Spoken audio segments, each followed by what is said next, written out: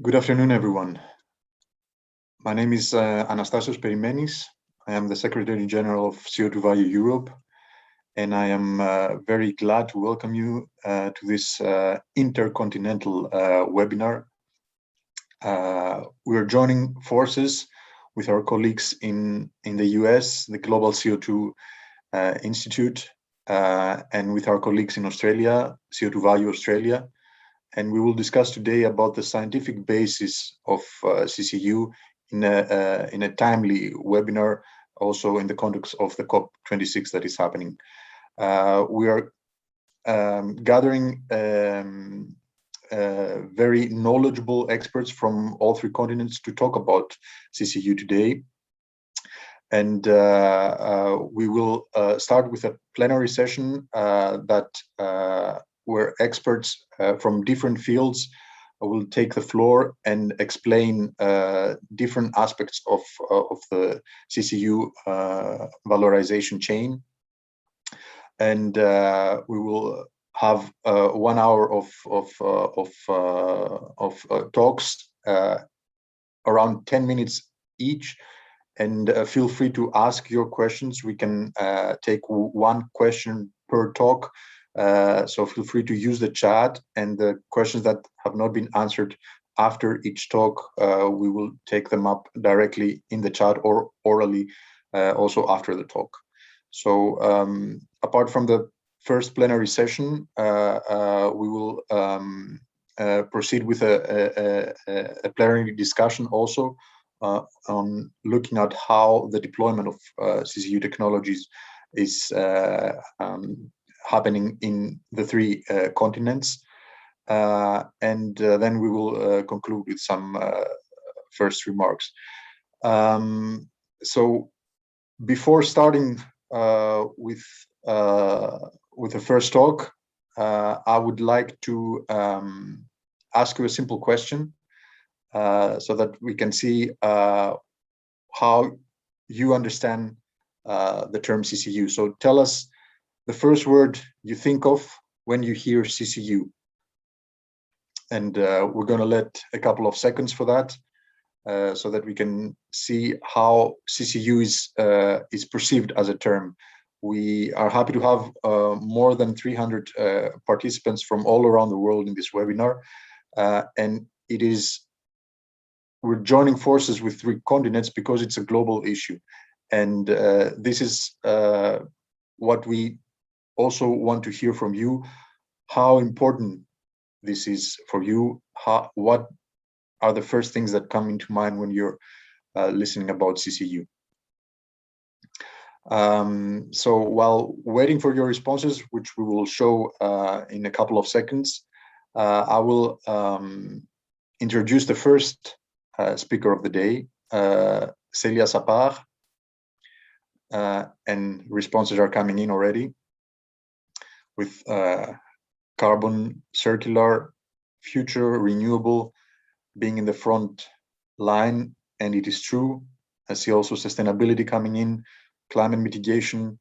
So indeed, all those things are related to CCU, and we're going to explain all those terms during the next 1 hour and a half. So without further ado, let me introduce our first speaker, Celia Sapar, Director of Communications and Climate Science at CO₂ Value Europe, who will explain about CCU in general and the climate impact of CCU. Celia, the floor is yours. Thank you very much, Anastasios. Good afternoon, everybody. So originally, I'm a climate scientist, so I'm especially happy to speak about the climate impact and the potential climate impact of carbon capture and utilization, and to introduce this webinar. So before we start to speak really about CCU, let's take a step back and look at the situation in terms of CO₂ emissions. So today we are emitting about 40 gigatons, so 40 billion tons of CO₂ each year to atmosphere. And now it's time, especially with the COP26, to take very strong decisions and to decide where we are going to go. At looking at the current policy and the current situation, we are at the moment aiming for a scenario between the intermediate, so the 3 degrees, and the high 4-degree scenario, which is way too high if we want to be able to preserve life on Earth and to preserve our society on Earth also. So we have to try to reach the blue scenarios, ideally the light blue scenario, so the very low CO2 emission scenario, so not go above 1.5 degrees of global temperature on Earth, but we should at least stay well below the 2 degrees Celsius, and we should make all effort possible to stay there if we want to avoid tipping points and to really damage our climate and the quality of life on Earth. At the EU level, but also internationally, there are a very large set of climate targets that have been set. So in the EU, we aim to decrease greenhouse gases by 55% at least by 2030, so in comparison to 1990 levels, with the aim to reach net zero emissions, so carbon neutrality, which means the same amount of emissions and sink capacities by 2050.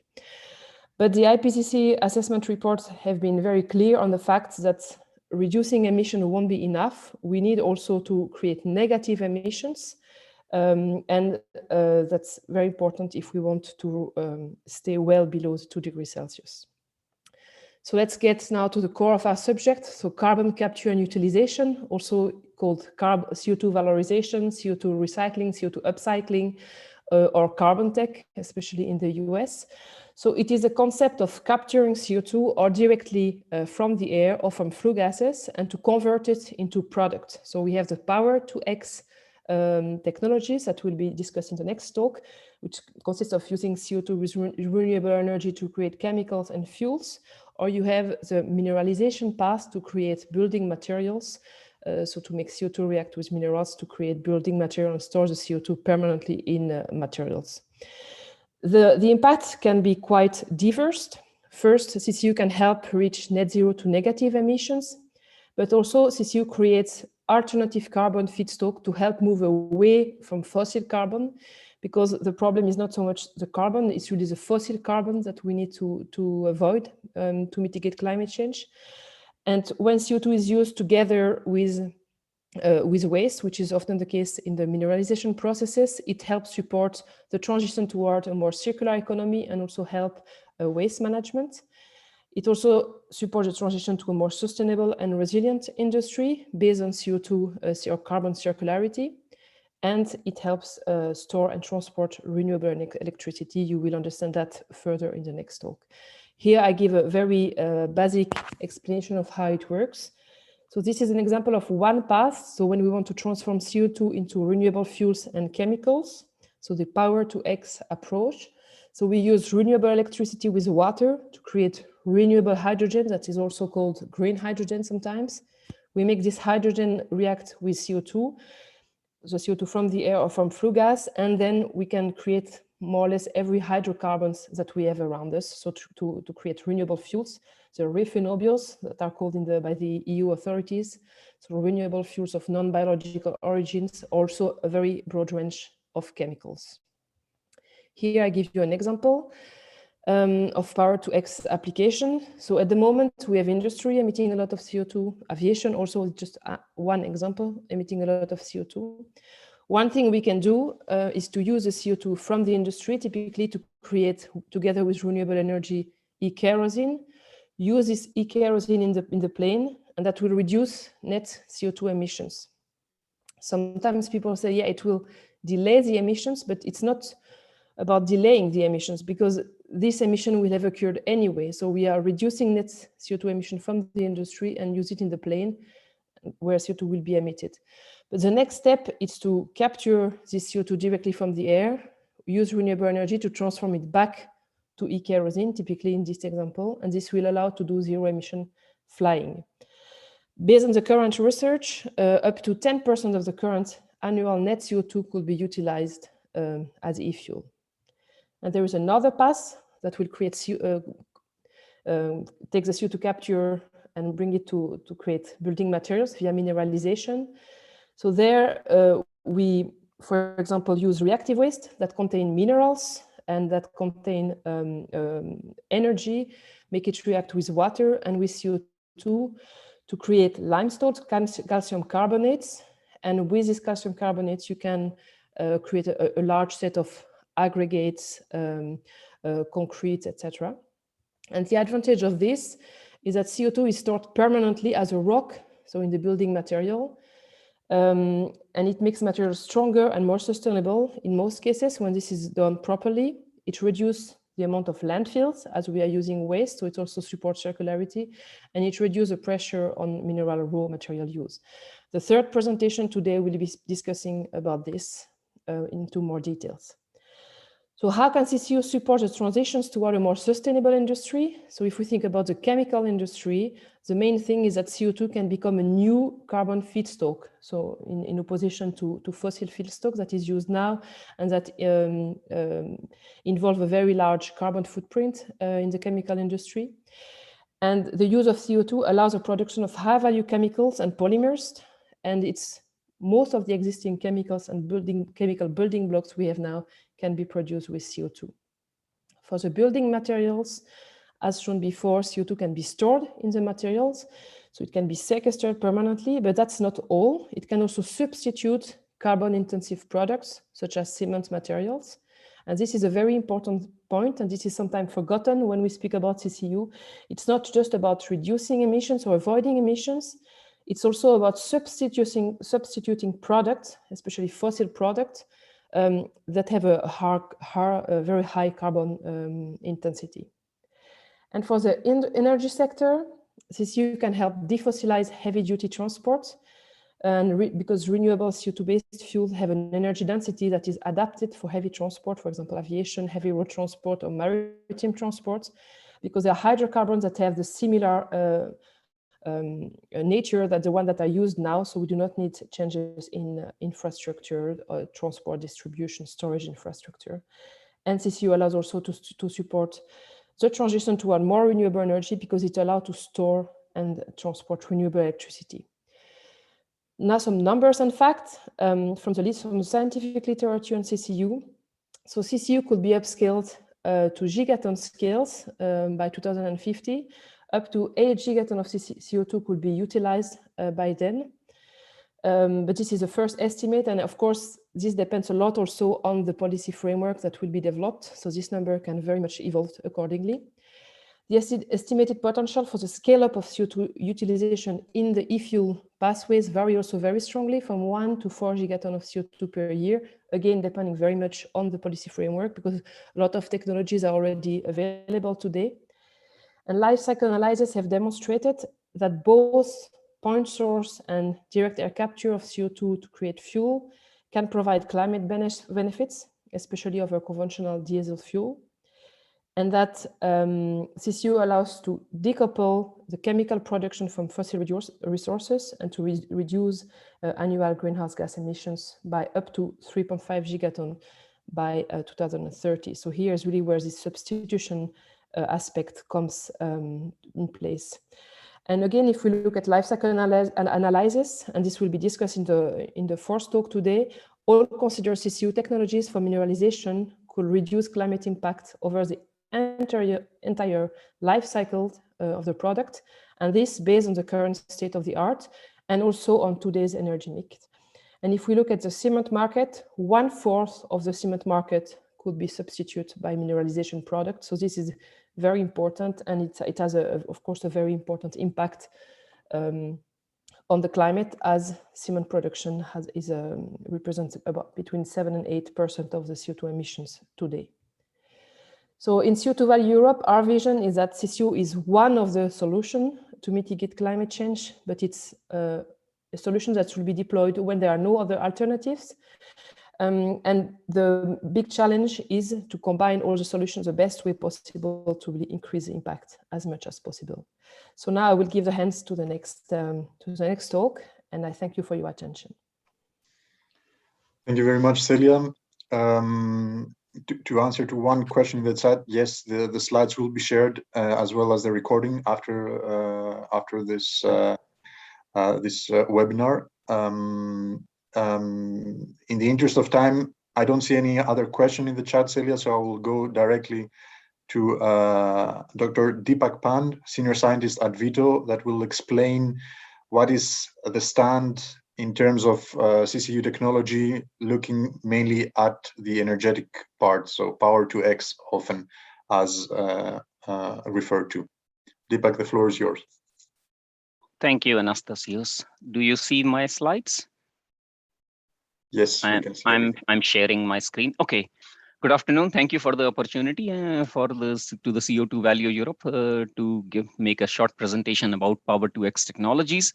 We at Vito, we have been researching a lot on this topic for many years now. And the first presentation by Celia already paved the way and gave a nice introduction about the overall CO₂ scenario, climate change scenario. So I'll go directly into the topic. So this is the slide. Celia showed a different version of it, but this is the one which is linked to COP26. So since the Paris Accord in 2016, before that, the humankind had generated almost 2,500 gigatons of greenhouse gases. So not only CO₂, but all the GHGs. But since then, in the last 6 years, more than 300 gigatons has been further added to our environment and the atmosphere. So the need for reducing and consuming the CO₂, which is already in the atmosphere, cannot be stressed enough. So now the CO₂ accumulation in the nature, it's already happening. And this is a picture coming from a paper from Johan Martens and also Professor Mark Sayes. He's one of the panelists today. He will tell you a lot about this later. So in nature, this is the cycle that it follows. The plants take up the CO₂ and then they make fossil carbons, but it takes a lot of times, many years before it is converted into fuels, and then you burn it, which we are actually using right now, and release it again as a CO₂ carbon dioxide in the atmosphere. So what is the solution? The possible solution is to directly uptake the CO₂ from the atmosphere or from the point sources, and then accelerate or speed up the conversion by passing this natural cycle directly into fuels or chemicals. And that is in essence is the fundamental basis of Power to X approaches. And of course, these are energy consuming processes. So you of course definitely need electricity or energy. And most of the time, this is renewable electricity that is preferred for this conversion. So then the second part of the topic, apart from CO₂, comes into play, and that's now about the levelized cost of solar and wind derived power versus deployed electricity, right? And this is a graph that is coming from a paper from Grimm et al. That was published last year. This shows the closed and open circles are representing the reported and projected data over the years. Although they are still in a minority, the renewable energy sources at least now comprises approximately 25% of the global electrical capacity, providing a huge opportunity for CO₂ reduction. And specifically at the end of 2018, the International Renewable Energy Agency, IRENA, estimated that 2351 gigawatts of installed global renewable energy generation across wind, solar, hydroelectric, and other sources are providing this. And as per a study by TEA, which is a think tank based in India, 3 decades ago, India's per capita income was around $300, and today it's 2,000. So while the economy in that time grew 10 times, the CO₂ emissions grew only 4% or 4 times. So this is just a way to show that you can have economic development and not at the cost of environmental degradation or so. And if you look at this chart from Akshat Rathi, who is a science reporter reporting on climate news on Bloomberg News, he defined these decades as the different sources of renewable electricity. And so if the 2000s was wind, 2010s of solar, batteries, currently it says it's hydrogen and electrolyzer. And this is also reflected in a lot of proposals and projects that are being supported by European Commission at the moment. 2040 is estimated to be the decade of carbon capture, and 2050 the decade without fossil fuel. And I think this is really needed also to achieve the climate targets that are being set by different countries as well as international organizations. So when you combine these two, the excess of CO₂ in the atmosphere, as well as a lot of renewable electricity coming from different sources, what you get is this Power to X approach, where you can use this renewable electricity to convert specifically in the context of carbon dioxide to make fuels and chemicals. So you have on one hand the fossil carbon, which is used as you can use it as a 4th generation biomass, and you have also the renewable electricity. You combine these two and you get the Power to X approach for making fuels and chemicals in a sustainable way, let's say. Now, this is a graph coming from a paper in ACS Energy Letters last year from authors in Australia. it shows a nice depiction of overall Power-to-X roadmap over the years at different scales. So the first wave of deployment will see a large usage on household or individual scales. For example, and this is a complicated slide with a lot of information, but you can read the paper in detail afterwards to get to the summary of it.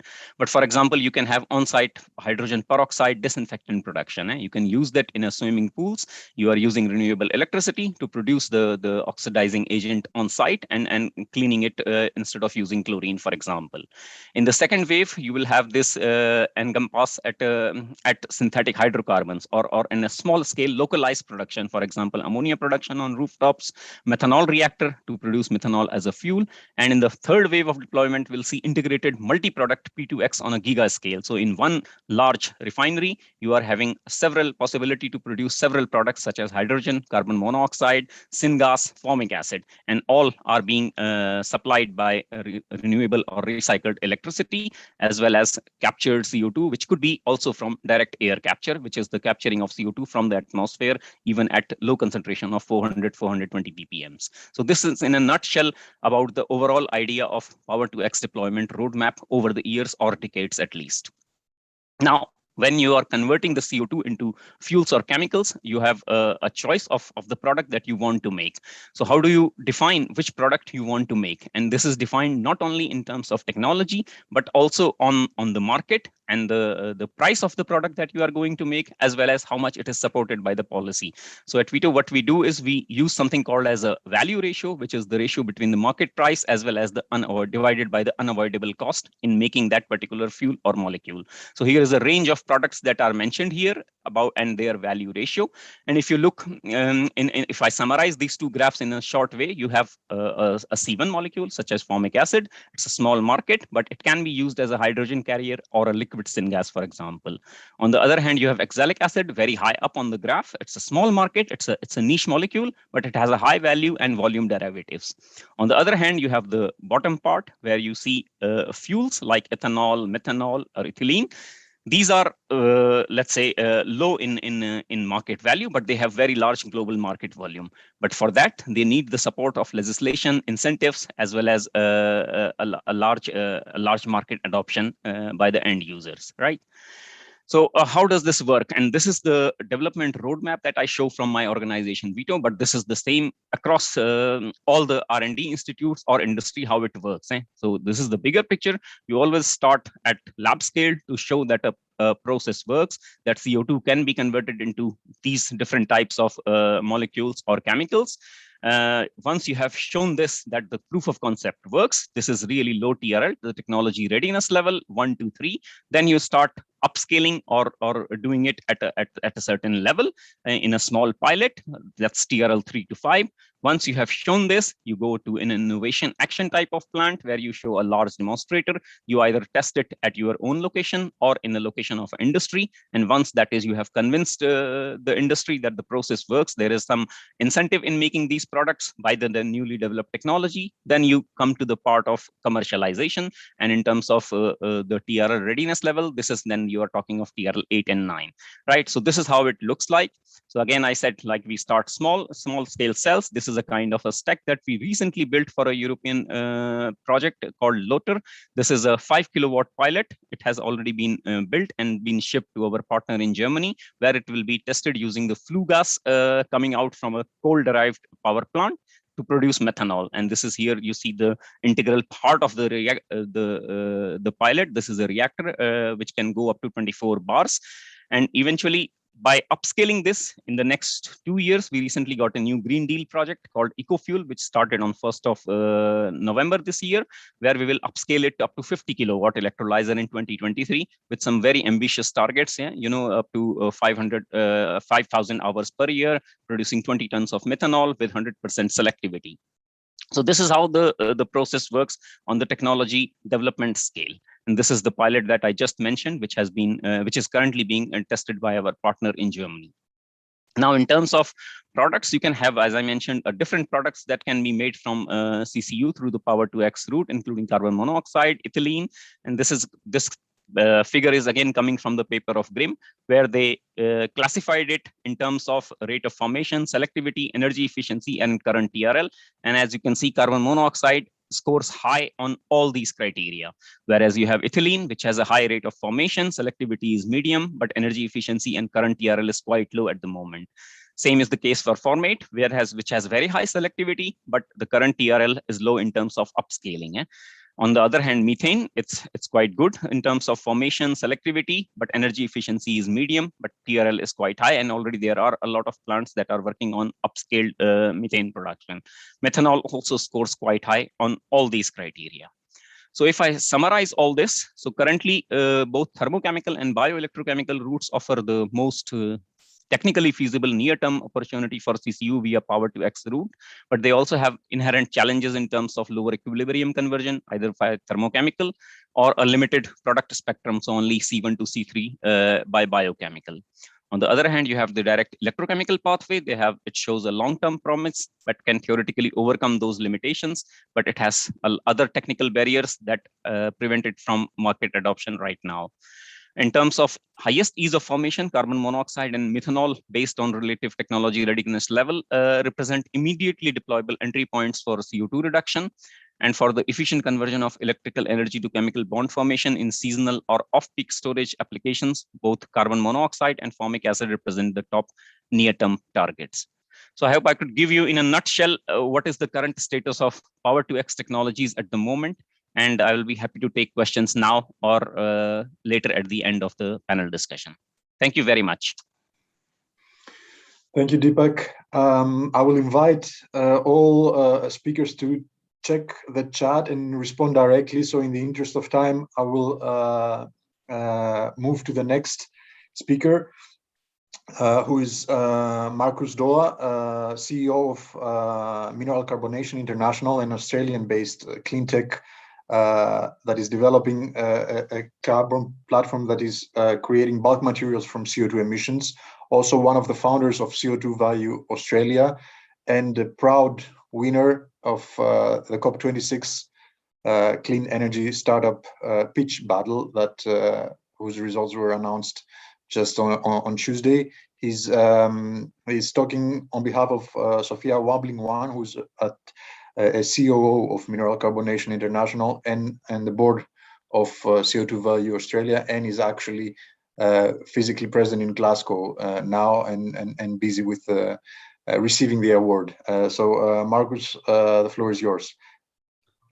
Thanks very much. And I'm actually calling from Canberra, Australia, the capital, and very proud that we're well represented over in COP26. It looks like there's a lot of technologies that are getting noticed now, not just policies, and it's great to see solutions emerging. So I'm going to talk to you about mineral carbonation or mineralization, as it's often known. Now, our climate goals need a lot of different solutions. We will need to remove CO2 in the short term and emissions from industry particularly. We also might need, and in fact, IPCC said we need to do carbon removal, and that means taking CO2 out of the atmosphere with direct air capture and such similar technologies. So mineral carbonation, though, is a technology that can do the last bit of that, and that is lock away the CO2. It's a sink. And so it can do both of those, and it's important. So it's an industrial solution, it's an engineered solution, but it also is one that's based in nature. And that is that mineral carbonation is a natural earth process. It's what the earth already does in weathering over millions of years. And so what the mineral carbonation field does is it accelerates that. It's known as accelerated weathering or accelerated mineral carbonation. So importantly, what mineral carbonation does is it locks away the CO2, turns it from a gas into a solid, and then basically those materials are beneficial and can be used as materials in products for industry. That's a really important concept. Now, scale is absolutely the game in any of the technologies. And so mineral carbonation here with this slide, this is from Klaus Lackner in about 2012. It showed that in terms of scale and permanency, mineral carbonation has the highest ability as a technology sector to lock away emissions. Now, obviously, there's practicalities about that, and finding the right mineral feedstocks to lock away the CO2 into. But importantly, the advantages are substantial, and that is that it's permanent. There's no risk of release. It's stable product and can handle lots of different types of CO₂ emissions, not just pure captured. So it can be a capture solution in its own right. So mineral carbonation has three types of solutions. There's an ex situ, which means it's done outside of the mineral resource. And that's typically what MCI and many of the actual technologies that are being developed commercially are focused on, because they are CCU technologies. They are capturing carbon and utilising them beneficially in materials. There's in situ, which there are some projects. There's one up in the Northern Hemisphere that's pushing CO₂ underground, and it's mineralising in the whole, under the sea. And that's a type of CCS, in fact, carbon capture and storage. You can't use the minerals beneficially once they're being locked away. Then there's ambient, which is a direct air capture solution, which means you can crush some minerals that contain typically calcium or magnesium. And then what you can do is then sprinkle those across land and use it as a secondary fertilizer, and it will absorb CO₂ out of the atmosphere, not significantly, but enough to actually be a solution, and they're being explored as well. But in terms of the beneficial use of CO₂, the CCU, the ex situ solutions are the ones. So importantly, we all hear about carbon capture, and there's a lot of misinformation and also a lot of attention grabbing with carbon capture. It's important to understand that the carbon needs to be captured in some form of process, but then you need to do something with it. And the CCU technologies, the carbon capture and use technologies, like we've seen some with the previous speakers, mineral carbonation has the opportunity to put them into carbonates, which then are used in very large scale material plays, like in concrete and cement, building products, and advanced materials in glass, and also in consumer products. So there's a very large market for products that mineral carbonation creates from CO₂. Now, there's also an abundance of feedstocks, and these feedstocks in their natural form are volcanic rock. There's serpentinites and peridites, as they're called, and also continental basalts. They all contain magnesium or silica, magnesium or calcium, which is what the CO₂ reacts with to then become a solid. So now significantly, obviously those minerals would need to be quarried and then brought to the CO₂ source in a mineral carbonation plant. But also industrial wastes like steel slag and fly ash and a lot of available and readily available feedstocks can be used with mineral carbonation as well. And actually, they are the low-hanging fruit, and a lot of mineral carbonation technology companies are focused on those low-hanging fruit. But the bigger game is actually in natural minerals, because that has the capability of locking away, billions of tons. So this is really a positional that I'll take you through. It's that mineral carbonation needs a feedstock, as I've said, and they could be minerals, mine tailings, for example, from importantly from mineral types like nickel and the battery minerals that are fueling our electric vehicles.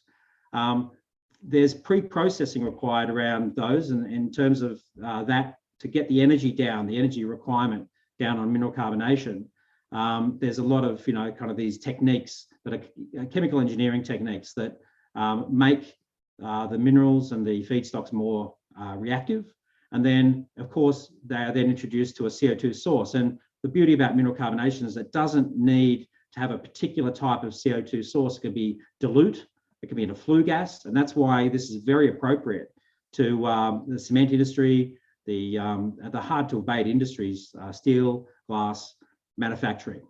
But importantly, what mineral carbonation does in terms of creating these materials is that these then play into the circular economy. The circular economy is looking for low carbon materials. So firstly, it locks away the CO₂, gets a carbon credit. It's a high quality carbon credit, it's permanent, but then the materials are then displacing other materials in products in our everyday lives. And then that reduces the intensity of those materials themselves and can even achieve carbon neutrality or negativity, which is pretty significant.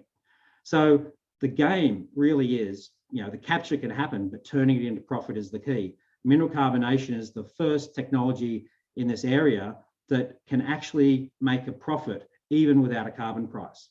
And so that's really significant. So the scaling of this technology in industry right now is absolutely imperative. So, what kind of products can we make? Significantly, we've got this plasterboard. Now, 50% of that plasterboard, 50% is carbon emissions. By weight. So that's pretty substantial in terms of that then displacing a gypsum-based product, for example. And there are hundreds of products that can be created. But significantly, cements and concretes, low carbon cements are really, the low-hanging fruit, and there's a lot of companies playing in this space globally.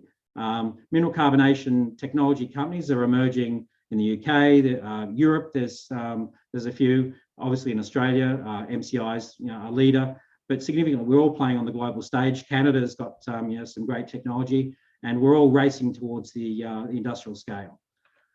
So there's a multitude of industries that can be decarbonised by using mineral carbonation, and notwithstanding, as I said, steel, cement, but also the hydrogen and ammonia pathways, and also the power and energy hubs that are emerging that do have some CO2 stream. And notwithstanding, the minerals processing industry is a really significant one because they already have a bulk of materials that can be used as feedstock, and that's one of the MCI is one of the leaders in that globally. Where's the technology at? Mineral carbonation technologies are they're at various stages, right from lab still. There's some emerging great lab work, right up to we're at TR level 6 going to 7, which means we're going to industrial demonstration, and we've just won funding to do that significantly. It's very important. And there are some that are already scaled in Europe, looking at feedstocks that are available that have a premium, like wastes that actually have a price on the disposal of the waste, which then plays into the business model. So in all of mineral carbonation opportunities, it's all about how does it fit within the industrial sector to create a profitable pathway, and that's really the key. And this is what a 1 million tonne plant would look like against a steel plant. So an MCI carbon plant, for example, would look much like this, and it would remove substantial, if not most of the available CO2 from that plant. And we're very, very proud where we're taking our technology, and we're very encouraging, through our initiatives with CO₂ Value Australia and Europe, to be pushing mineral carbonation as one of the opportunities and one of the key sectors in CCU. And we're really trying to differentiate the sector away from CCS. It's very important that the sectors have a differentiated recognition, because even how you evaluate the carbon credits and you put policies in place really differ. And we've just secured the next spot in Australia for the next carbon credit methodology from the government will be for our technology and our sector, which is a really great form of progress for us with the Australian government. And we hope that will be applicable when we're trading credits internationally. So our hope is, and our mission, in fact, for an MCI is to safely remove 1 billion tonnes by 2040 from industry. And we hope that many other technologies like us, and in fact, mineral carbonation technologies, will add further to that. And we're very excited by our win. 2,700 companies, we're named #1, and we're very elated and humbled by that recognition. It's been a long road. I've been involved for 15 years in being the steward for this technology as a co-founder, and our world needs these technologies right now. And thank you for your time. Thank you very much, Marcus, and congratulations again. There are a couple of questions in the chat about the scalability of the technology, but I will let you respond to them directly in the chat. Okay. And moving on to Professor Volker Sick, Professor of Mechanical Engineering at University of Michigan, USA, and Director also of the Global CO₂ Initiative. We've talked about technologies, but we need also to assess those technologies in environmental and economic terms, and he will explain more about LCA and TEA to evaluate such CCU solutions. Volker, the floor is yours. Anastasios, thank you so much for this introduction and framing. And Indeed, it is important that we do have a very critical look at our technologies, not only once they're ready to be actually used and deployed in the fields, but all the way from the research invention to commercialization. We always need to ask ourselves, is it good for the environment? Will it be able to make money? Because if both questions, or one of them, are answered with no, there is no purpose in proceeding. I want to reflect a bit on how we should go about this, what's important in that context, and what's being done to assist with this. So once again, to sort of explain the acronyms, LCA stands for life cycle assessments. And here we focus primarily on the carbon dioxide footprint, whereas TEA is the techno-economic assessment that looks at the economic viability of a technology. And both, of course, are critically important. 2016, we published a roadmap document for CO₂ utilization, and this chart is taken from that document. Fundamentally, it still is, in qualitative terms at least, correct in showing sort of that different technologies, different product categories have different strengths or weaknesses, different potential impact in terms of contributing to the CO₂ balance in the atmosphere, or to profits that can be made. So one has to carefully choose the field that one ventures into to look at that. And if we looked at that time at a whole range of technologies and the various stages of development, from just proof of concept to commercial deployment, qualitatively, the landscape is still very much like that. There's new inventions coming into the pipeline almost daily. The number of publications in CO₂ utilization is in the tens of thousands by now, and very rapidly growing. So how do we make sense of this? How do we actually filter?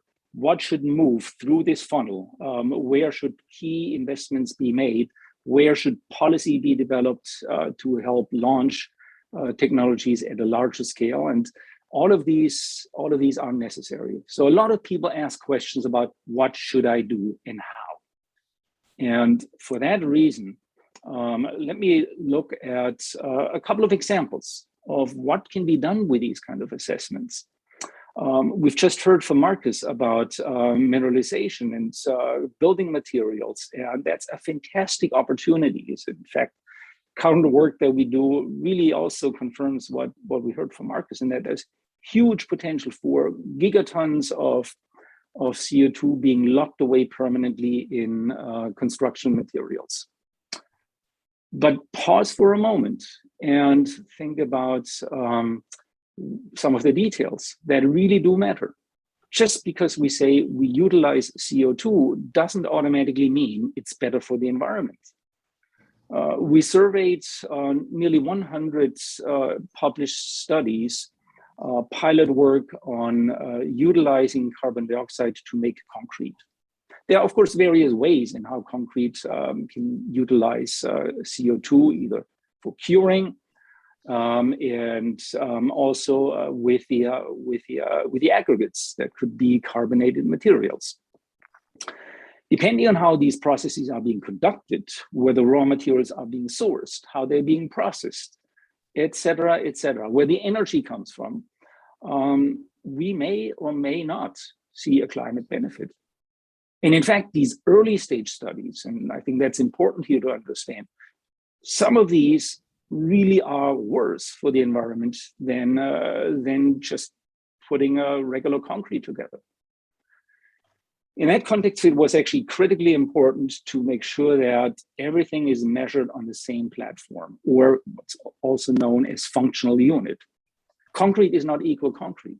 If we make it differently, it performs differently. So here we have to see a common metric that is the platform for comparison. In that case, compressive strength was used as the levelizer for this study.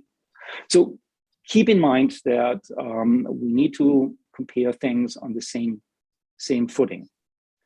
And the same kind of logic will apply to the source of CO2. It is beautiful that carbonation processes, such as we just heard about, can work with CO2 from various feedstocks. CO2 that has been purified and up concentrated or directly as emissions from plants.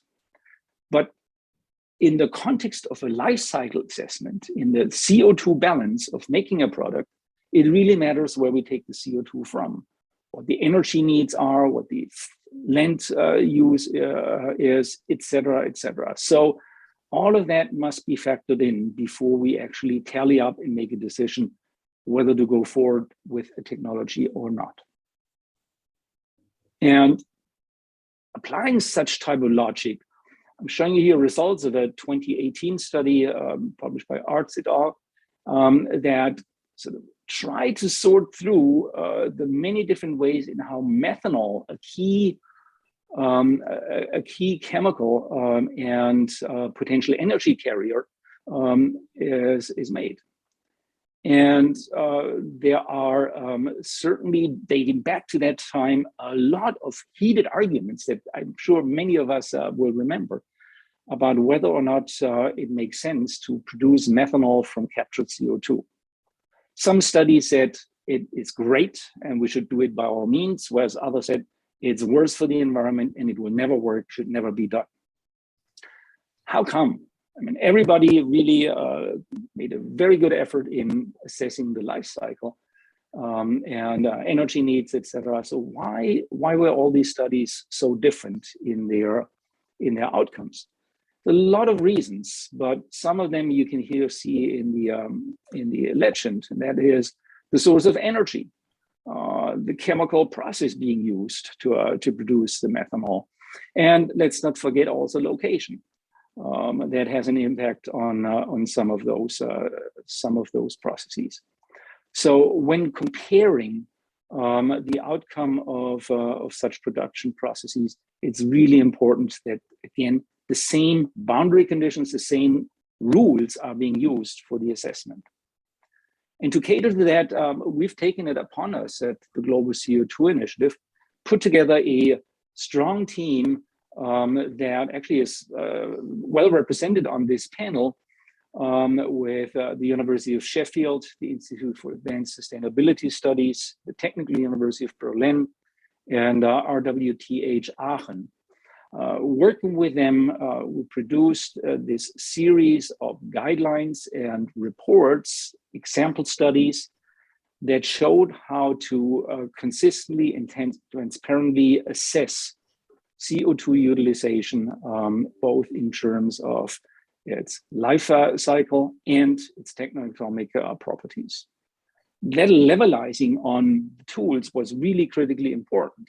And since then, we've actually taken it to the next level and formed the International CCU Assessment Harmonization Group, shown here on the right, a large collection of research and higher education entities, along with a variety of national laboratories in North America. And one of the outgrowth of the work of this team has been further harmonized guidelines for CO2 utilization assessment, and the compilation of a web-based resource shown on the left, where you can find reading materials, guidance, introductory texts, but also tools, templates, and further guidance, links to other materials to help practitioners and decision makers with assessments. So I think in that really brief overview, I hope I've given you the sense that it's critically important that we all use the same yardstick, the same rules to assess CO2 utilization, because then and only then will people become engaged, will trust what researchers propose, investors and policymakers will be able to have a strong foundation on which to build on, because only then will we see what's shown here on the left, the unleashing of the full potential of what CCU can do, utilizing up to 8 gigatons of CO2 per year and generating up to $2 trillion in revenue. So I'll close here, acknowledging support from a variety of entities, and thank you for your attention. Thank you very much, Volker, for explaining the essential element of having a proper life cycle assessment to objectively evaluate CCU technologies. I would like to give the floor further on to Dr. Barbara Olfe-Kreutlein, who is leading the research group of CO2 utilization strategies and society at the Institute for Advanced Sustainability Studies in Potsdam, Germany.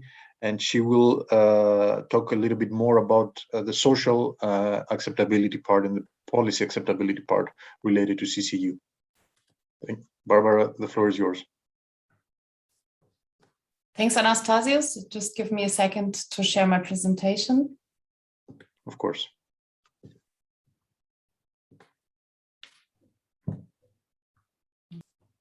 Hello, everyone, also from my side, and thanks for introducing me, and especially for giving me the opportunity to be part of this really exciting webinar. I will start the next 10 minutes with explaining why acceptance is important for CCU technologies. Then I will discuss the scientific state of the art with regard to public acceptance, but also to policy acceptance, and close with a few take-home messages. If a technology works and is feasible, why is acceptance important? This and some following pictures illustrate that a functioning technology innovation might not be as appealing as its developers and providers think, and probably not as acceptable as they believe to know. Quite the contrary, acceptance or rejection is very often triggered by the unexpected and also very often not by facts.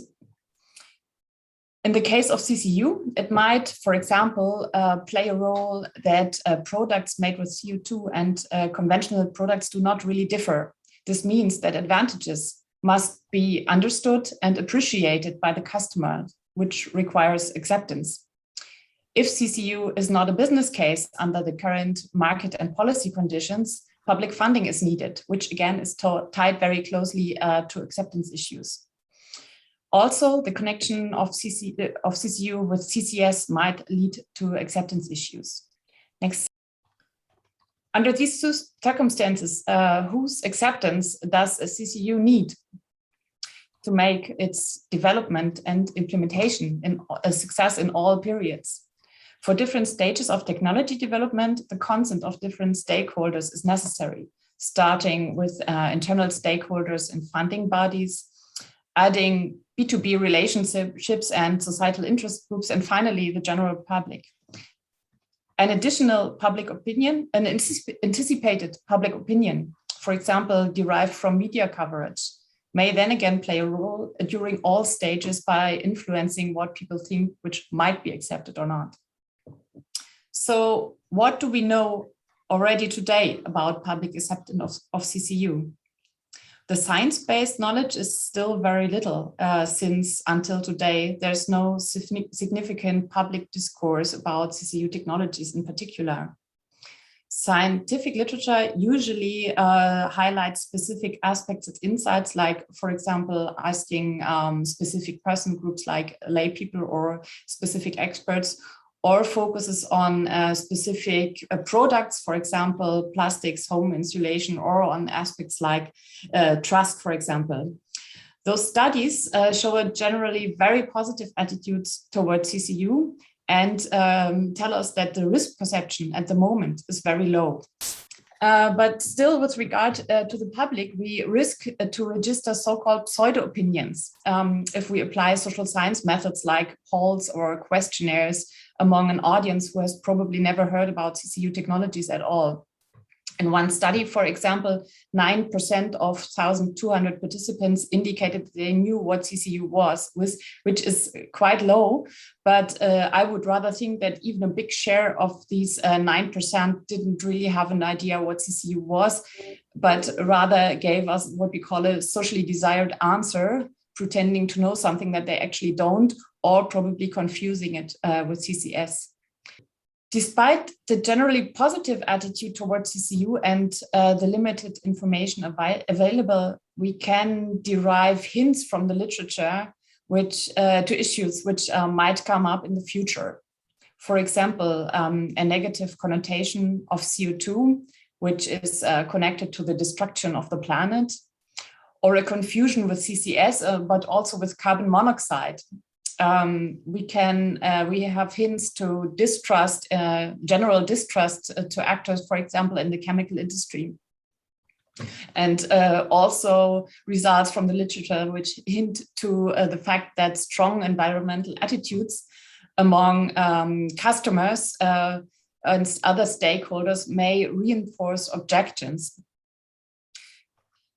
Economic issues also may cause problems like with price-performance ratio or product quality, and societal issues like, for example, lock-in effects with outdated industrial facilities or with unwanted energy production facilities may not go unnoticed by an interested public. Many of these issues can and should actually be addressed by actors within the CCU community by engaging in an honest dialogue with societal stakeholders and by providing transparent assessments, as Volker demonstrated, showing the benefits of the respective CCU applications. Regarding acceptance among policymakers, there are no peer-reviewed studies at the moment where we could rely on to draw conclusions. Rather, policy reports written for political decision makers give us insights about what might be considered as critical. Crucial issues in gaining more public support may be, for example, the compliance with broader policy goals and agendas on a national or supranational level, such as hydrogen strategies, energy transformation processes, but also, for example, with the United Nations Sustainable Development Goals. But also the proven contribution to emission reduction targets or other sustainability objectives like a circular economy, defossilization of the industry, or resource security may play a role. This again points to the fact that a broader assessment is needed, which also includes societal aspects, and that the need for coherent and transparent assessment methodologies specifically for CCU is strong today and might continue to grow in the future. Doubts about priorities are also an irrelevant issue among decision makers. Also here, societal assessments may help to point to the advantages that CCU technologies have to offer, especially when it's about advantages beyond emission reduction. So to summarize, we have little science-based evidence about acceptance of CCU today, no matter if it's among policymakers, stakeholders, or general public. Currently, we can consider the situation as mostly positive, but we have to be careful because this might change any time. Since on the one hand, CCU is facing increasingly high expectations, and on the other hand, CCU is already becoming a reality today, so it gains relevance among the populations, and confrontations might come up. This means that to the stakeholders and to take the stakeholders and the public on board, honest and transparent dialogue must be led, starting as soon as possible, which is kind of today. This is particularly relevant as informedness and awareness are factors that increase acceptance. With regard to policymaking, it is crucial to continue efforts for a comprehensive assessment, which includes environmental and economic, but also societal aspects. The transparent communication of such assessment results and an open, active dialogue with societal stakeholders will increase acceptance and, as a consequence, support the successful implementation of CCU technologies in the near future. Thank you very much.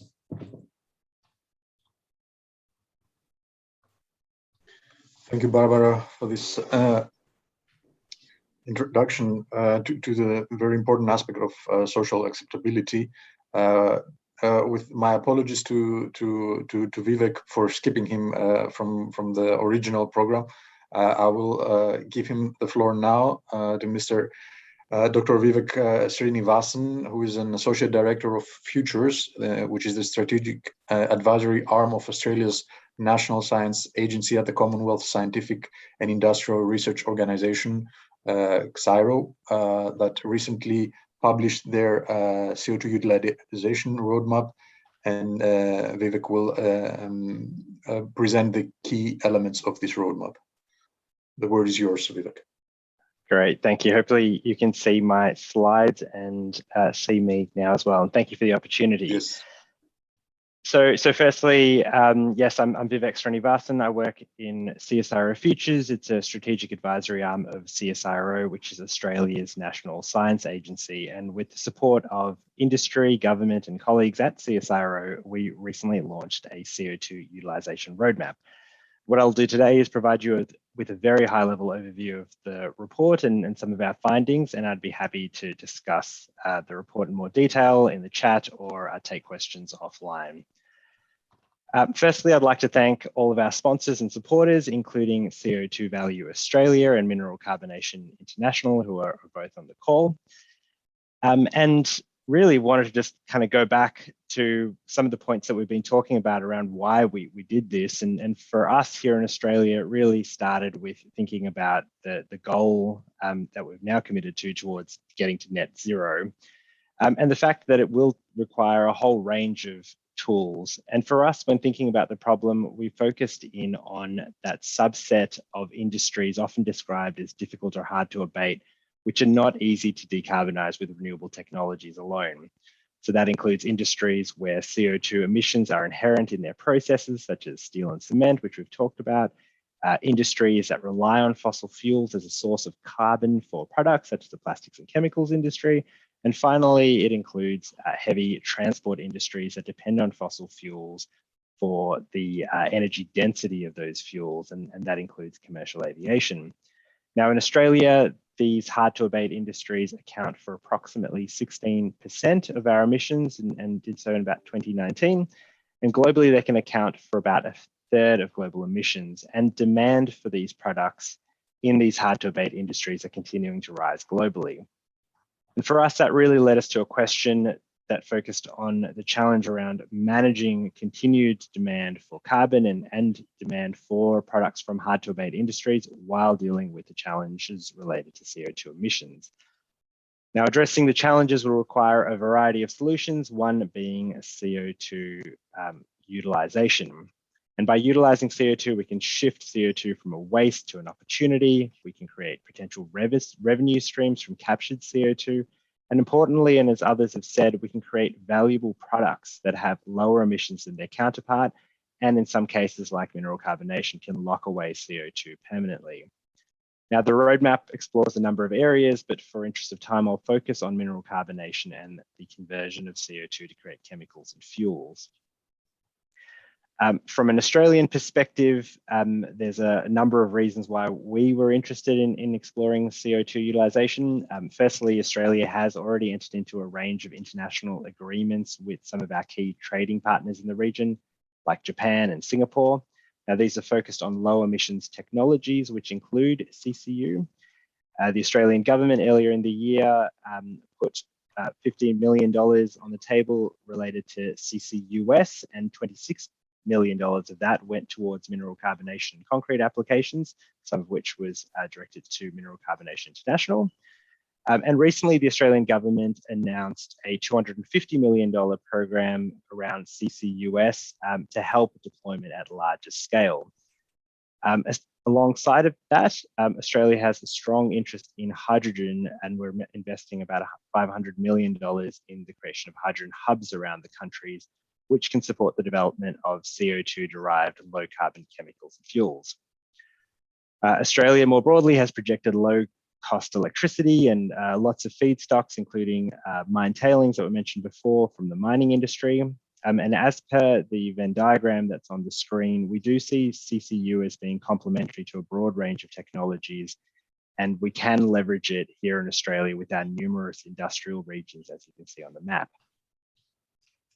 In terms of the modeling and analysis that we did, we looked at the cost of abatement, or how much it costs to abate a ton of CO₂ in Australian dollars.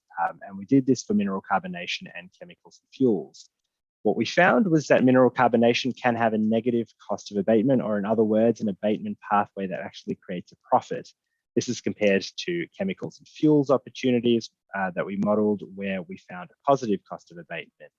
And now, while there are costs associated with those chemicals and fuels, as I said earlier, we did focus on hard to abate industries. And in these industries, there are limited options.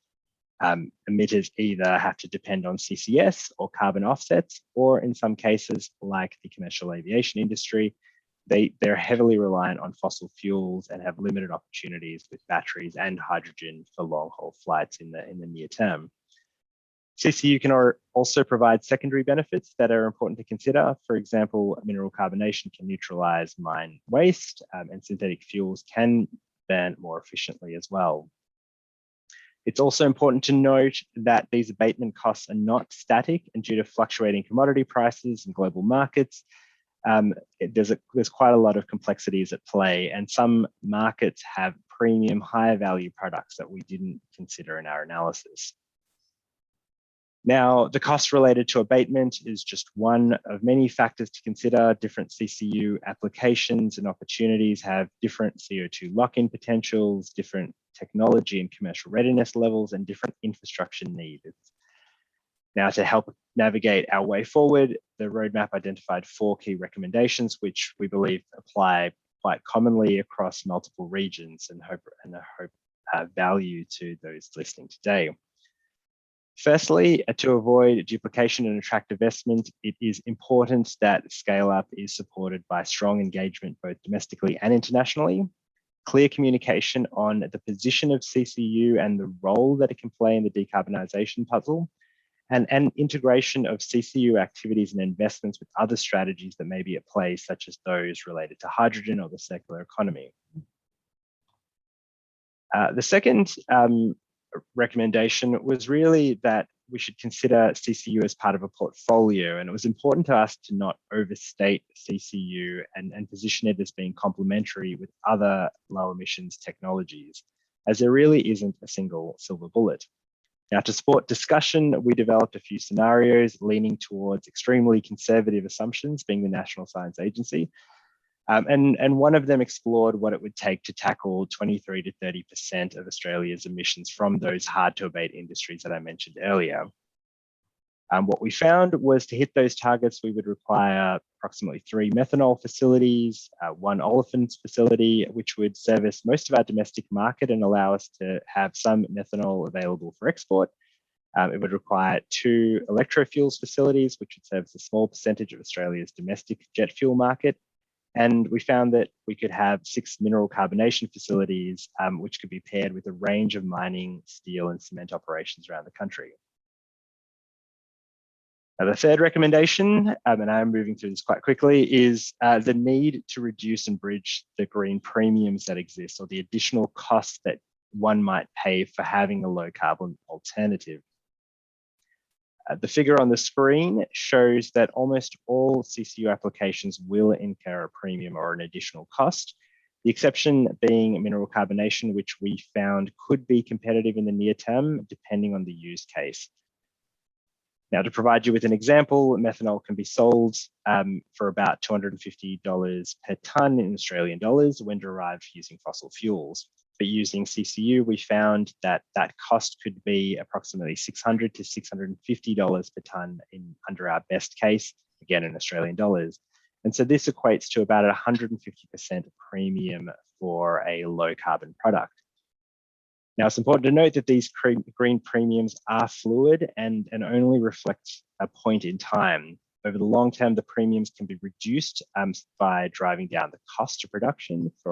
So in the case of chemicals and fuels, we could drive down the cost of hydrogen, which is a big component of the production cost in those fuels.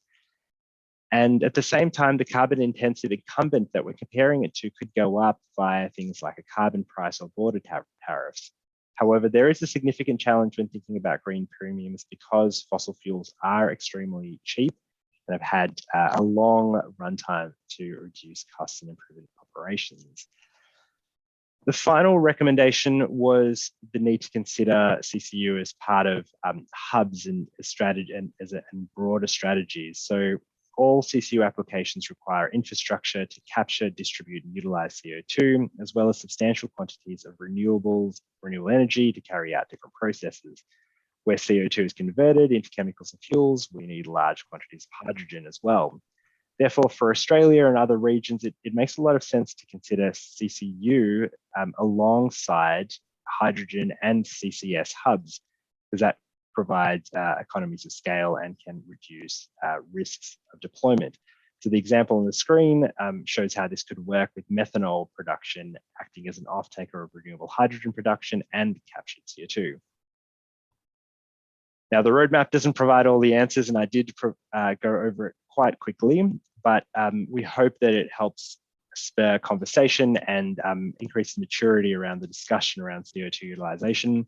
The report's available for download, and please do reach out if you'd like to discuss our findings. Thank you very much. Thank you very much, Vivek, for the Australian perspective on CCU. I have to apologize for my poor management in time, so we are 10 minutes late, but the presentations are very interesting. I have to apologize to Jaap, and who will be moderating the next part. Jaap Vente is a roadmap manager of CO₂ neutral industry at TNO, which is the Netherlands Organization for Applied Scientific Research. He and his panel will go into the discussion of what are the challenges behind the deployment of CCU currently. Maybe to save some time, we will invite everyone to respond to the questions in the chat, and I'll directly give the floor now to Jaap, with my apologies. Good day, evening, morning, night, wherever you may around the world. It's my great pleasure to moderate this session, and I'm very happy to do so. So as said, we're working on TNO. We are very happy to work together with CO₂ Value Europe as well in various projects where we work, for instance, on sustainable aviation fuels and valorization steel off gases. In this forum, we have a number of people from various parts of the world who will be answering the questions. First of all, Mark Howden from Australia, from the Australian National University. Please switch on your camera. And also Frederick Clerk from the CO₂ Initiative in the United States. Further from the United States, we have Pat Sapinsley and Professor Mark Sayes from Belgium, so near in Europe, quite close to me. And from the UK, which is a bit further away nowadays from Europe, Professor Peter Staring, but we are still very happy to have him on board. And, you know, no hard feelings, Peter, for you. Anyway, so Mark Howden, to start with you. We've heard a lot of stories from Australia, and especially, I think, focusing on mineralization and some on methanol. What are your perspectives around that? Are these the real focus points, or what's needed to move that forward? Look, thanks very much, Jaap, for that opportunity, and for the organisers as well. And just before I start, I'd just like to acknowledge the traditional owners on the lands on who I stand. That's the Ngunnawal people, and pay my respects to elders past and present. The short answer to your question is, in Australia, I think it's still very early days. You heard Vivek talk about that roadmap, which is really just the very, very first step in terms of getting a more coherent policy response.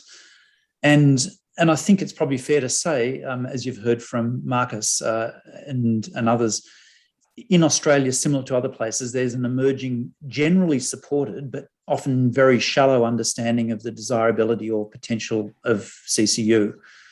And in Australia, the key emerging example of CCU, that's MCI, and the policy engagement through CO₂ Value Australia has actually opened up discussions in CCU recently. And I think the CSIRO roadmap has done that as well. I guess my overview of the situation in Australia is that whilst there is some support for activities in the technology development stages, so TRL stages 4, 5, and 6 via our Renewable Energies Agency, and later TRL stages via the Clean Energy Finance Corporation, as yet those key funding bodies are not yet really switched on to CCU. So they're really yet to actually see this as a key approach to dealing with climate change. There are some specific one-off programs, and Vivek has mentioned that, where there's large sums of money largely driven by the politics of it, and that supports a small number of somewhat larger activities. In contrast, I think it's fair to say that there's very few directed mechanisms to provide support for basic research or feasibility assessments, as that sort of TRL 1 to 3 stages, in spite of there being a very large capacity and interest in the research community to engage in this. And so most of the public research support mechanisms actually are various combinations of either being too slow, too small, or having too high transaction costs.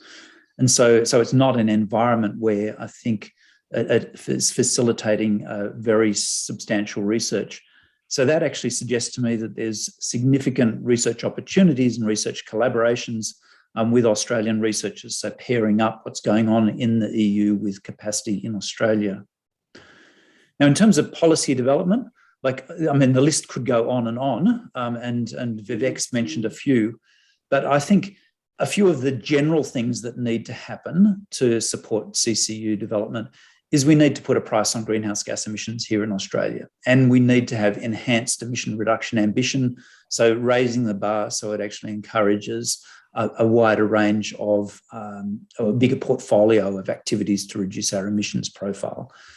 I think it needs a political change in the narrative, so moving away from climate change being a negative thing to talk about to actually being a positive thing to talk about. And in the last 2 weeks, there's been some of those changes happening in Australia, but how sustainable they are, I don't know. I think there has to be a commitment to investment in solutions and re-establishment of an effective innovation system to move technology rapidly through the development process. So over the years, our innovation system has, I think, become less effective than it used to be. And in terms of some specific things, I think there's a real need to enhance the understanding of carbon capture and utilization. For example, like it is not CCS, that's a very first step, with policymakers, so departmental and agency people, and with politicians, and enhance the understanding of the value proposition of CCU. I think we need to follow on from the CSIRO roadmap with specific technology assessments to assess opportunities, costs, and trade-offs, and particularly those environmental and LCA elements that were raised by earlier speakers. And importantly, what that does is it legitimizes funding from some of those agencies, such as ARENA and our Clean Energy Finance Corporation. We do have to integrate the CCU agenda with other policy agendas, and Vivek mentioned that. And we need to have a better understanding of social acceptance and social license to operate for CCU, because as again, a previous speaker mentioned, this is actually very poorly understood by the public, and so it's very hard to get acceptance. Mark. And lastly, I think really important to develop a broad and transferable governance framework. So CO₂ Value Australia is trying to progress some of these things, and we actually see that there's opening opportunities in Australia to actually take this forward, and we look forward to working with you to do that. Thank you. Thank you, Mark, for your intensive answer. Very appropriate things that I've heard. Very good. So Pat, when I move to you in the United States, Pat is running the Urban Future Lab, where especially a group of incubators and accelerators are working together. Pat, can you see your view on what's happening there and how those startups are working there together? Sure, I'd be happy to talk about that. As you just said, we are working on a program to help startups to scale up their solutions in CCU and in CCUS. I think one of the important things that I might highlight here is the difference between the US policies as a value driver and the ones we've heard about just prior. Historically, policy has been the driver for value and deployment in many different countries, and I can speak a bit to the US federal and our local policies. We have a lot of local policies here.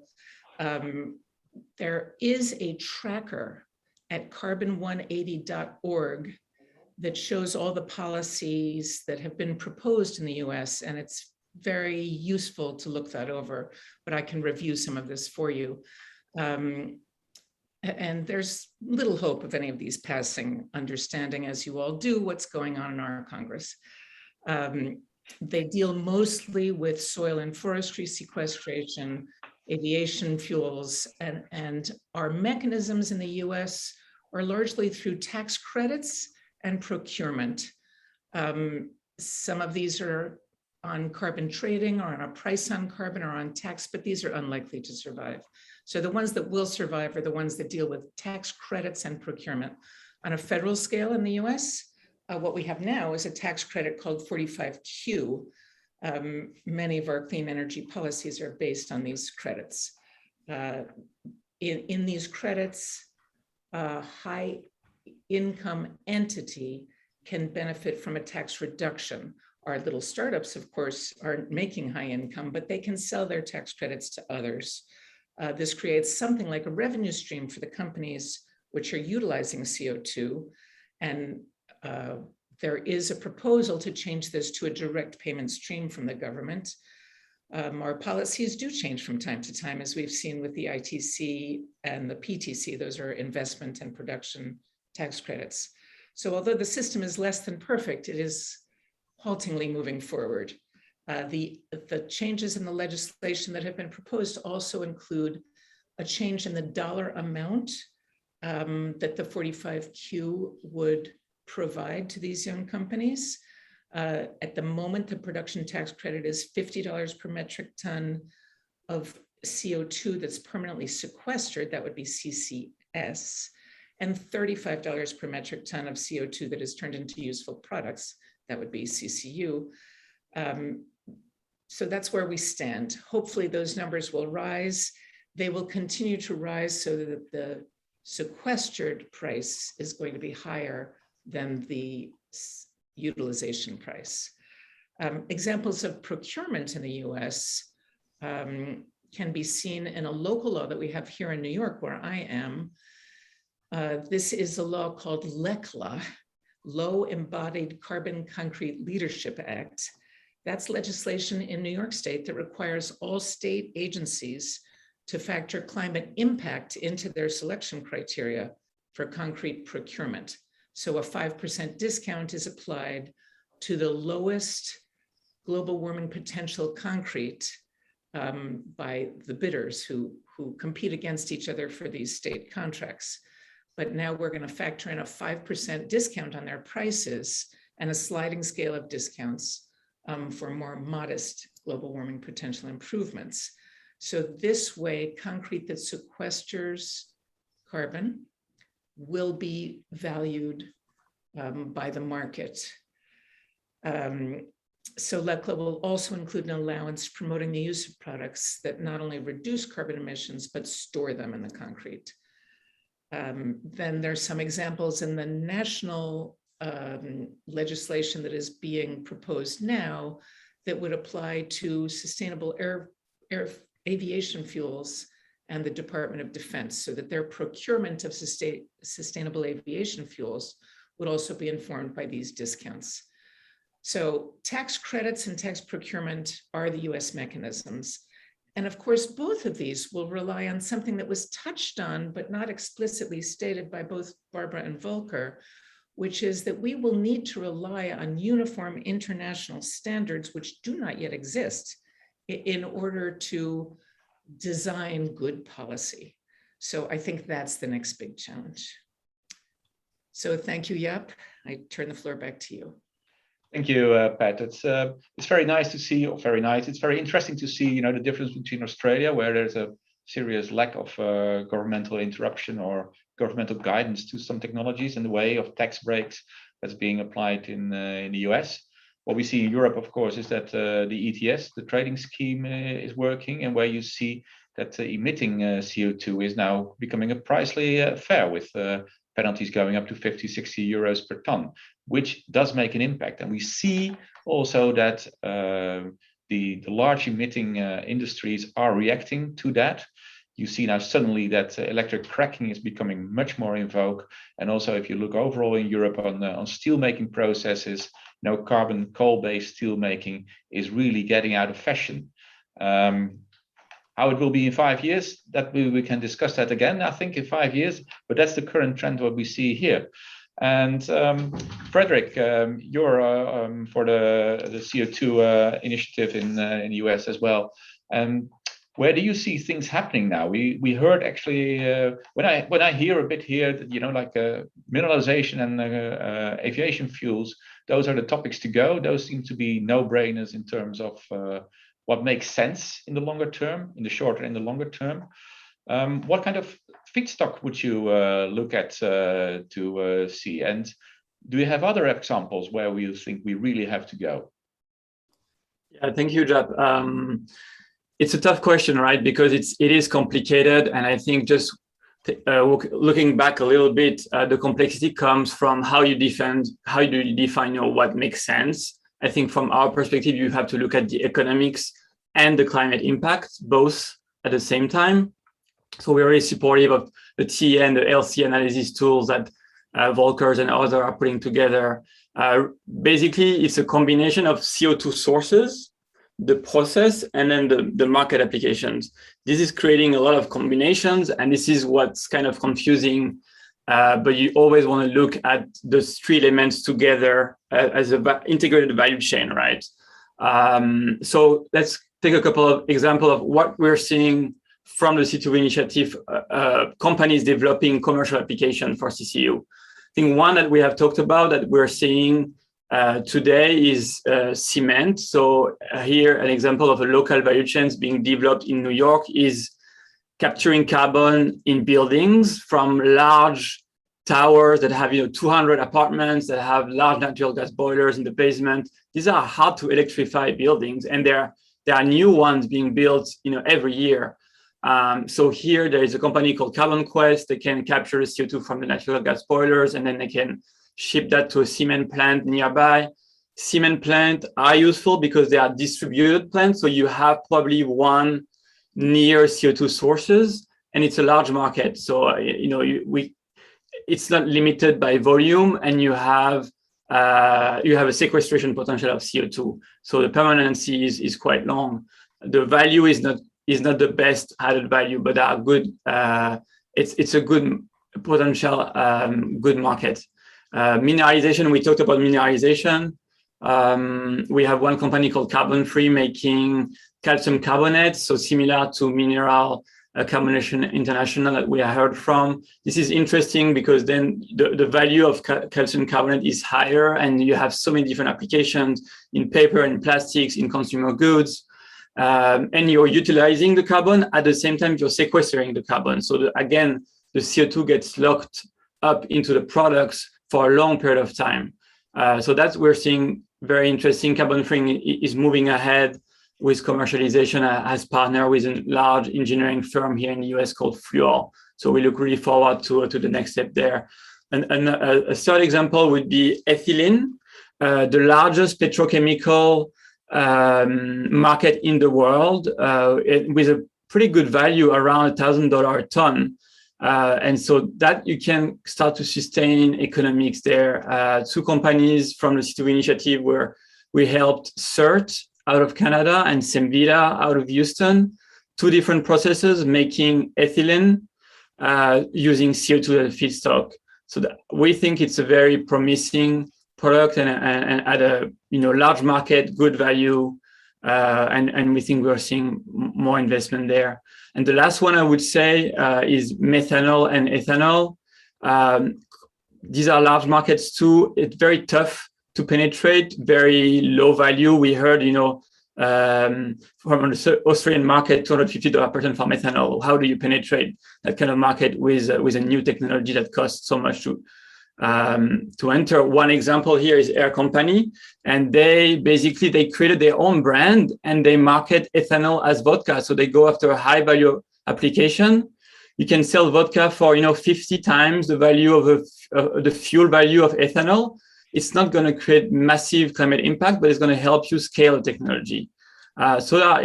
These are like business model innovation in a way, and these are what we are seeing from the CO₂ initiative and some kind of commercial developments for CCU. Thank you. Well, maybe interesting is that yesterday was just announced that Shell is going to work with Vattenfall to build in Sweden a kerosene plant. It will be just Fischer Tropsch, I think, to blend in for aviation fuel, and that will be used then by the SAS aviation company. So we come to an end. So Mark from Belgium, professor in Ghent, I would like to invite you. One of the issues that you can see when we are talking is also really, I think, scientific. We always talk about catalysis and how fast reactions go, but at times we forget there's also thermodynamics involved in it, and that the equilibrium location is always a bit, you want through processes not going too far. Can you comment on that? What are their challenges and how can we overcome those? Have you some thoughts about that? Well, it's a very interesting question because, well, thermodynamics are the laws of life. So it's not that we can avoid or circumvent them. We have to work with them. And CO₂ is a molecule that's at the end of life, really. It has done a lot of useful work for us as a material, as a fuel. And so you need to put in energy to, again, reactivate that molecule. And so that energy can come from electricity, from hydrogen, from reactive molecules, from tail minings. I mean, there's a wide range of energy sources that can be used. But in the end, you need to reactivate that molecule. The fact that most of these reactions are thermodynamically limited creates opportunities for catalysis, of course, and that's what I love. If you develop better catalysts that work at lower temperatures, for example, then you can have more efficient processes to convert CO₂. I do see a lot of growth in that area. Hydrogen is becoming available with these big plans for Hydrogen Europe, especially, and that creates opportunities for a number of products ranging from methanol to ethylene and other CCU products that can store energy for a long time, because we should remember that nature stores solar energy in the form of CCU products. I mean, glucose is a CCU product. It's reacting water, CO₂, and solar light to store energy for billions of years, really. And so I think there's opportunities there. And I think what you're saying is that the catalysis helps also overcoming thermodynamics sometimes by lowering the temperature. We have the separation enhancements, so in situ removal of products. I think that would also be a very effective way of reducing that impact. Exactly, and chemical looping processes by separating in time and space, you can do things, but still thermodynamics is not to be laughed at.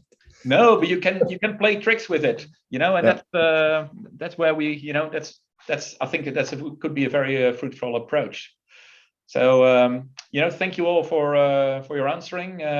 Due to time constraints, we finish here this round, and we continue with a question to the audience. So please come into action. You see now on your screen the question. What's the most important action that we need to do now to have the CCU industry growth in the short term?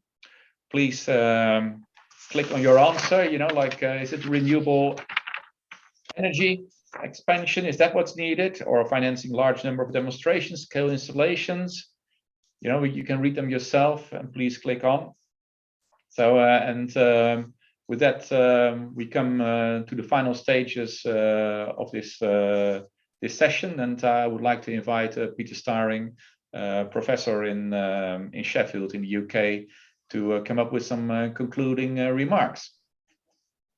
Thanks, Jaap, and thanks everyone for a really interesting seminar and discussion. I'm going to report back on the questions as they come back in on the poll, but just bear with me for a few minutes. So first of all, happy Thursday to everyone, except if you're in Australia, so it's happy Friday. And thanks for a really engaged meeting. Everyone needs to engage on this. That is the important thing. And we've had 3 continents involved. We need all continents involved. So I would encourage Asia and Africa to join in future discussions, because we need a concerted effort. And that is becoming clear at COP26.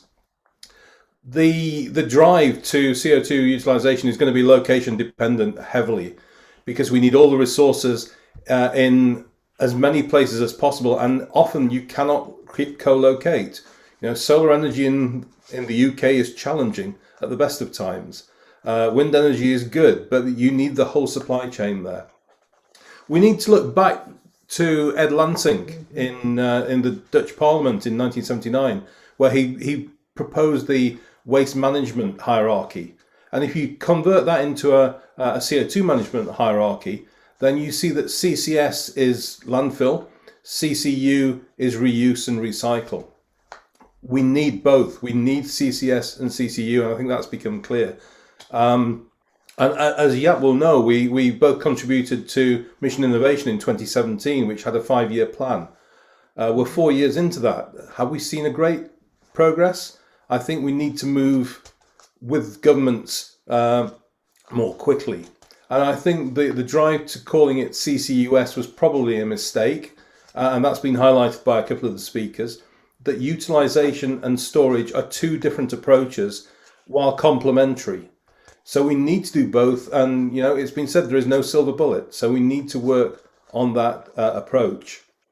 If you look at the EU as an example, if you look at 2070, according to the Clean Planet for All, then 54% of the CO2 will be reused in carbon capture and utilization. 46% will be carbon capture and storage. So they are complementary, but they need to be separated.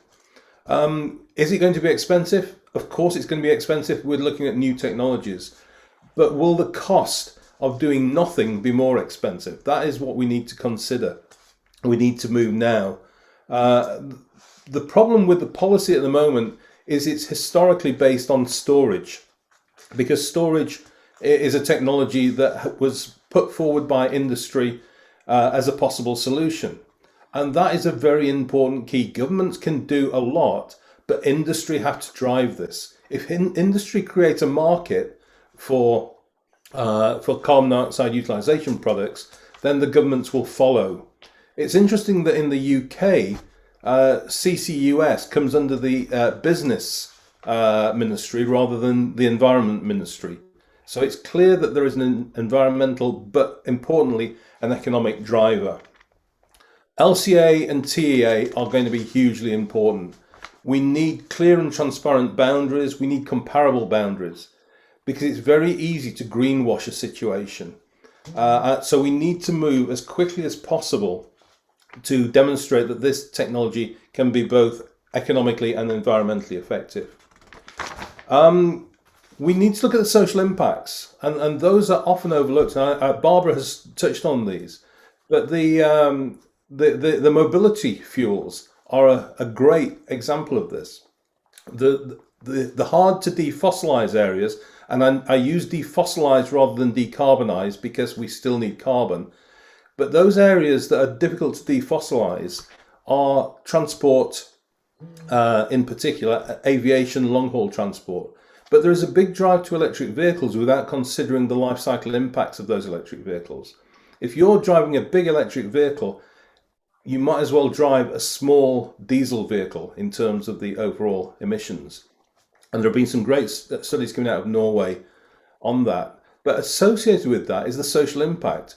If you're saying that everyone has to drive an electric vehicle, you're creating a potential social underclass where someone who cannot afford an electric vehicle in a used car market is effectively excluded from transport.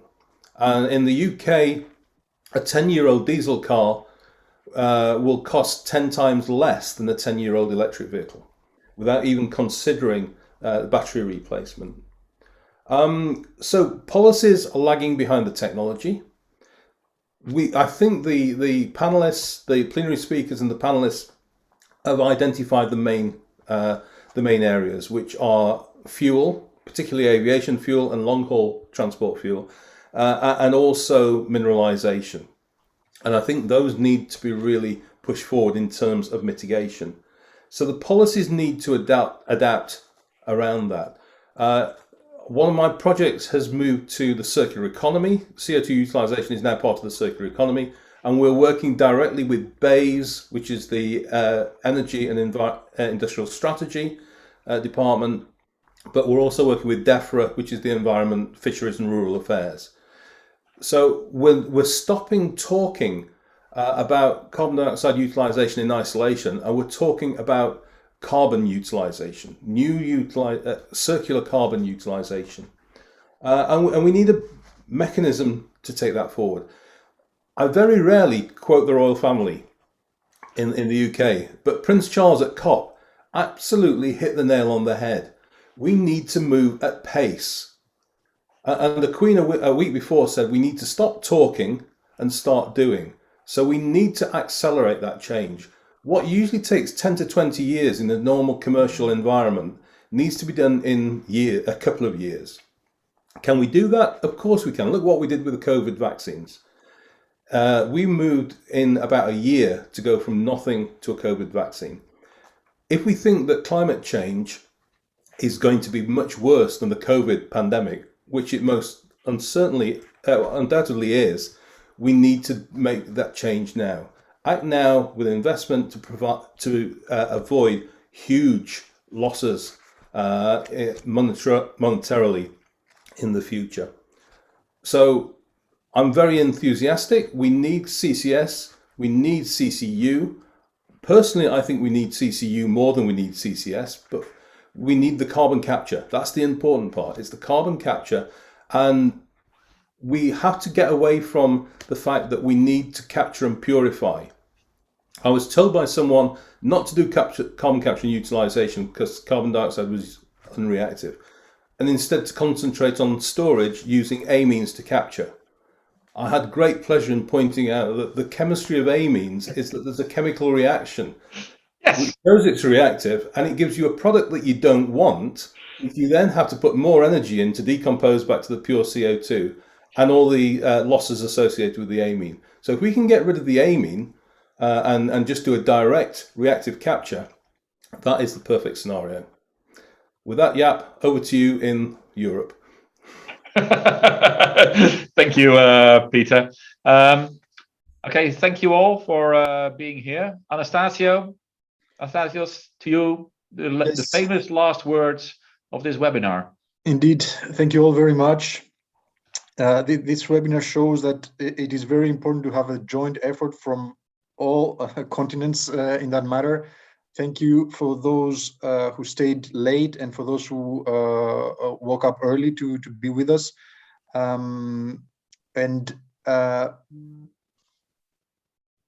Check the material also that is produced from our three institutions, a recent article in Euractiv, or the call for urgent action of the Global CO₂ Initiative, the presence of CO₂ Value Australia in the COP26, and check us on LinkedIn and on YouTube, because you will find the videos of small interviews with the experts that you've heard also today. All the material of this webinar will be available on our website and our social media. And keep in mind, this is an effort that requires, it's a global issue, it's a global problem, and that's why it requires a global effort. So joining forces in this area is of utmost importance. Thank you very much to all the panelists and all the speakers. Thank you very much to the audience. I'm sorry for exceeding the time limits, but I think it was worth it. And the majority of the audience stayed with us also a little bit later. So thank you very much. Have a nice day, and check the material online.